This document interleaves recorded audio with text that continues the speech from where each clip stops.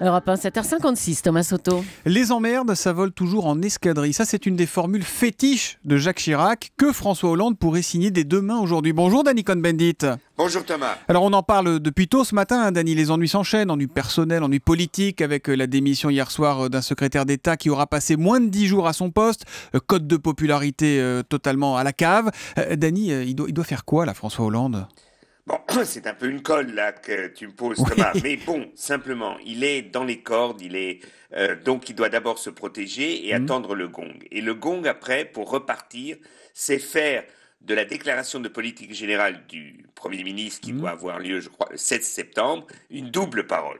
C'est-à-dire que le président doit parler le 15 septembre aux Français et en fait, il faut faire un grand déballage, une grande explication, une autocritique politique et personnelle et une mise en perspective dans ce qu'il faut faire, ce qu'il va faire, oui. Ce que son gouvernement va faire pendant les 12 mois à venir. Ça, c'est la grande histoire. C'est-à-dire qu'il faut qu'il explique pourquoi il s'est trompé, comment il s'est trompé, ce qui a été les erreurs qu'il a commises pendant la campagne et après la campagne, et donc donner à la France une image d'un président qui réfléchit, d'un président qui veut repartir. Et puis le 16, ça doit être le Premier ministre qui, par des propositions concrètes à l'Assemblée, démontre que ce gouvernement est capable de relancer la machine. Non mais attendez Danny, s'il reconnaît tellement d'erreurs, ça va poser un problème de légitimité. Il ne doit pas redonner la parole au peuple, François Hollande? Je sais pas, une démission, une dissolution Non, c'est pas parce que maintenant il est à 13%, qu'il soit à 16, à 17 ou à 18 ou à 19, il est impopulaire. Ça, on le sait, c'est pas la peine de le répéter tous les jours, ça ne change rien. Non,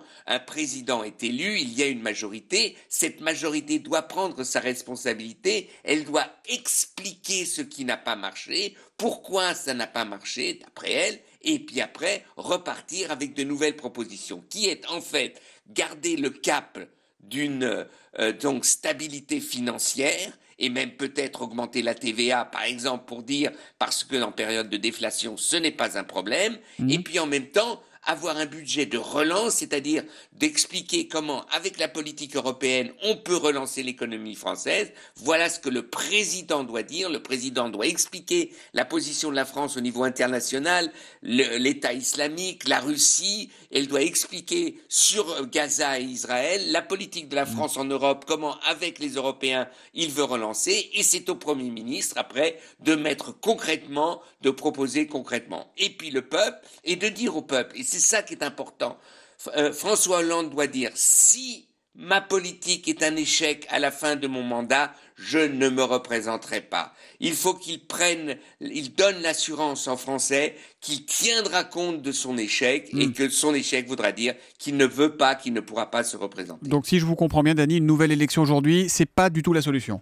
Enfin, une nouvelle élection, il faut arrêter, Thomas. Une nouvelle élection, ça fait 1 an d'immobilité en France. Il y a une campagne électorale, il faut remettre un nouveau gouvernement sur place, relancer une politique. La France ne peut pas attendre avec la crise qui existe et les problèmes qu'il y a en France. On ne peut pas se payer le luxe maintenant d'un immobilisme pendant 12 mois. C'est une mauvaise solution. Il peut y avoir une solution, mais aujourd'hui, il faut d'abord mettre en place une politique qui redonne confiance à la France et qui relance l'économie française. Merci Danny Cohn-Bendit, on est très en retard. La météo tout de suite, Laurent Cabrol. Laurent.